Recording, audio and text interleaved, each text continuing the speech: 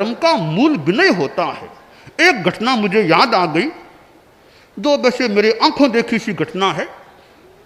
कई वर्षों पहले परम पूज्य गुरुदेव तुलसी जब विराजमान थे, जयपुर में हमारे संत लोग थे। उनमें से एक संत मुनि जी धर्म संघ से संबंध विच्छिन्न संबंध वाले हो गए, किसी प्रसंगवश संग मुक्त अवस्था में हो गए। और गुरुदेव तुलसी इधर थली में विराजमान।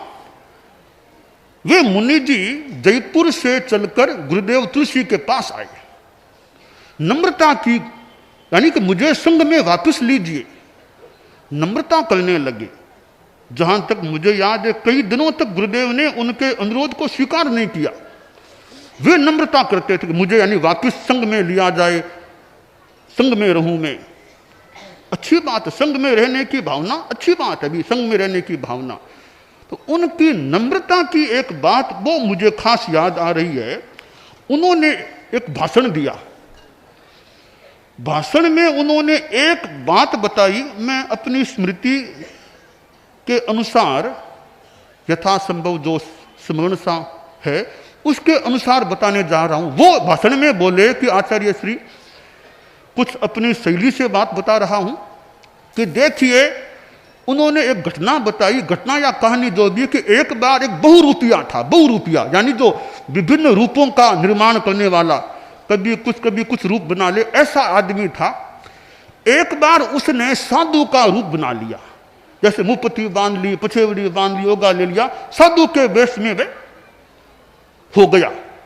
बहुरूपिया था, लोग जानते थे ये तो गृहस्थ आदमी है, साधु का रूप इसने अभी मात्र धारण किया है, साधु है नहीं, मात्र उसने साधु का रूप धारण किया है, जानते थे।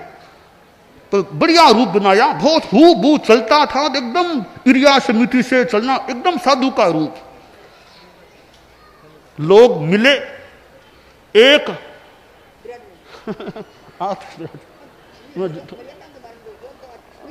थोड़ी देर देखूं, थोड़ी देर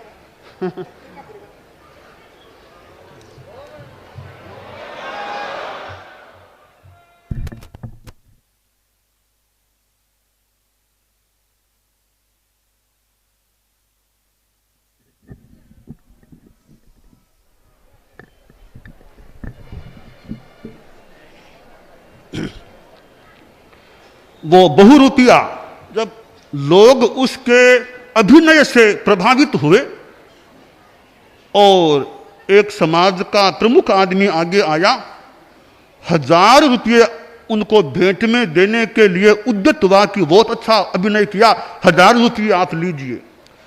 बहुरूपिया बोला, नहीं नहीं नहीं, मैं साधु हूं ना, मैं अकिंचन साधु, मैं रुपया कैसे ले सकता हूं। उस बहुरूपिये ने 1000 रुपये जो भी राशि दी जा रही थी स्वीकार नहीं की। मैं साधु हूं, मैं रुपया कैसे ले सकता हूं।